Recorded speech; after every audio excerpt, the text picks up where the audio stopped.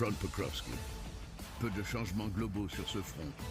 Extension légère du contrôle russe au nord de Novoekonomicheskoye. Front de Toretsk. Batailles intenses à Yablonovka et Alexandro-Kalinovo. Les forces russes contournent la mine Sainte-Matrona, s'approchant du réservoir Klebanvik. Objectif, encercler les forces ukrainiennes entre le réservoir et Alexandro-Kalinovo. À Chassov Yar, direction Tchocharski. Création d'un sac opérationnel autour des forces ennemies à Chassov Yar. Artillerie et MLRS russes coupent les routes principales, perturbant les approvisionnements ennemis. L'ennemi recule vers la périphérie ouest de la ville. Mais les combats restent violents.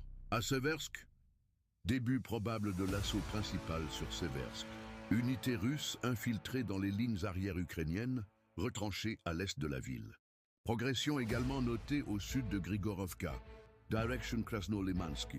Nettoyage actif des bois à l'ouest de Lipovoï, poussant l'ennemi vers les forêts. Stabilisation des positions à Redkodub. Avancée au nord depuis Novomikhaïlovka à Kupiansk. Avancée décisive à l'ouest de Chéry. Nettoyage des poches entre ce village et Gringay. Pression croissante vers Boguslavka et Borovskaya Andreevka depuis Lozova.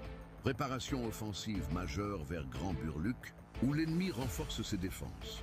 Contrôle étendu sur 2 forêts et un périmètre de 24 km près de Shugunovka, ouvrant la voie vers Mali, Burluk et Volchansk. Kharkiv, aucune évolution notable sur ce front. Front de Sumy, destruction d'une DRG ukrainienne dans les forêts de Bessalovka. Progression des forces russes dans les bois près de Yunakovka. Défense aérienne en guerre électronique. Moissonnons UAV abattus ainsi que 1 Obersheimer's, 1 Missile Neptune. 3 bombes aériennes. Blocage réussi d'une attaque drone dans la région de Tosna, Leningrad. 2 drones interceptés au-dessus de Moscou.